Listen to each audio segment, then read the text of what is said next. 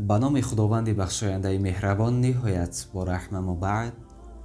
علاقه جنسی از نگاه اسلام، علاقه جنسی زن و شوهر از نگاه اسلام در این نوار آورده می شود. لطفاً اشخاصی که 18 ساله نشده‌اند نبینند. مسئولیتی که در این میان مرد دارد این است که تمام مقدمات یک خفت و خواب نیکو را با زن فراهم سازد.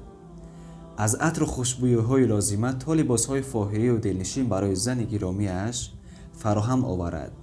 همواره مهر و محبت و عشق خود نسبت به زنش را برای او بازگو نماید. فکر نکند این کار از غرور او پس می شود. هرگز چنین نیست، بلکه برعکس اعتبار و منزلت او را در نزد همسرش بالاتر می سازد. مسئولیت دیگری مرد آن است که وقتی که با زن گرامی‌اش می خوابد او را قانع سازد. تمام اصول و اشکال خفت و خواب را به کار گیرد. مثل حیوان با او نخوابد. در روایت به این مضمون داریم که شما مثل حیوان‌ها با زن خود نزدیکی نکنید. اول مقدمه چینی کنید، او را آماده سازید، حسه شهوت را بالا برید، آنگاه نزدیکی نمایید.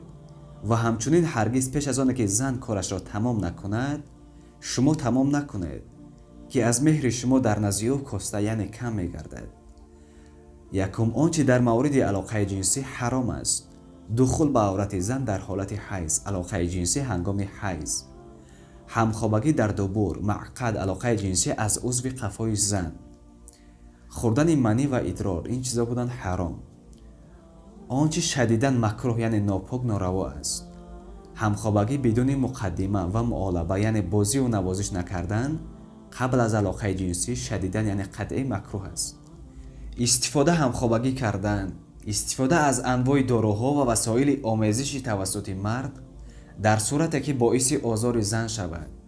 سوم، آنچه در مورد علاقه جنسی مکروه است. علاقه جنسی بین اذان صبح تا طلوع آفتاب، همخوابگی بین غروب آفتاب تا اذان مغرب، همخوابگی در ساعتهای اول شب، همخوابگی در زمان کسوف و خسوف، همخوابگی در اول، وسط و آخر هر ماه قمری با استثنای شب اول ماه رمضان، همخوابگی شب نیمه شعبان، شب عید فطر، شب عید قربان، شب اول سفر، همخوابگی در شب قبل از سفر، رو به قبله یا پشت به قبله بودن، آمیزش زیر درخت میوه‌دار، آمیزش در برابر آفتاب و غیره. چهارم، آنچه در این زمینه جایز و روا است. بوسیدن عورت زن توسط مرد، بوسیدن آلات مرد توسط زن، استفاده از پفکچه، نگاه کردن به عورت زن. پنجم، آنچه در وقت علاقه جنسی مستحب یعنی خوب است. کوتاه کردن موی زایده بدن قبل از همخوابگی، زیر بغل بالای عورت، وضو گرفتن قبل از همخوابگی، گفتن بسم الله و اعوذ بالله قبل از همخوابگی، شوخی کردن مرد با زن قبل از همخوابگی، آرایش زن قبل از همبستری، استفاده از طلا توسط زن در حالت یکجا شدن، بوسیدن زن، مکیدن زبان زن، همخوابگی در اول شب ماه رمضان، همخوابگی در شب دوشنبه، سه‌شنبه، پنجشنبه، جمعه و ظهر روز پنجشنبه و عصر روز جمعه، خوردن عسل بعد از همخوابگی، پیشاب کردن بعد از همخوابگی. ششم، آنچه در این زمینه خیلی مستحب است.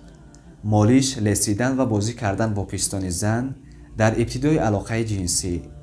هفتم، آنچه در مورد علاقه جنسی فرض است. غسل کردن بعد از همخوابگی تا قبل از خواندن نماز. السلام علیکم و رحمت الله و برکاته.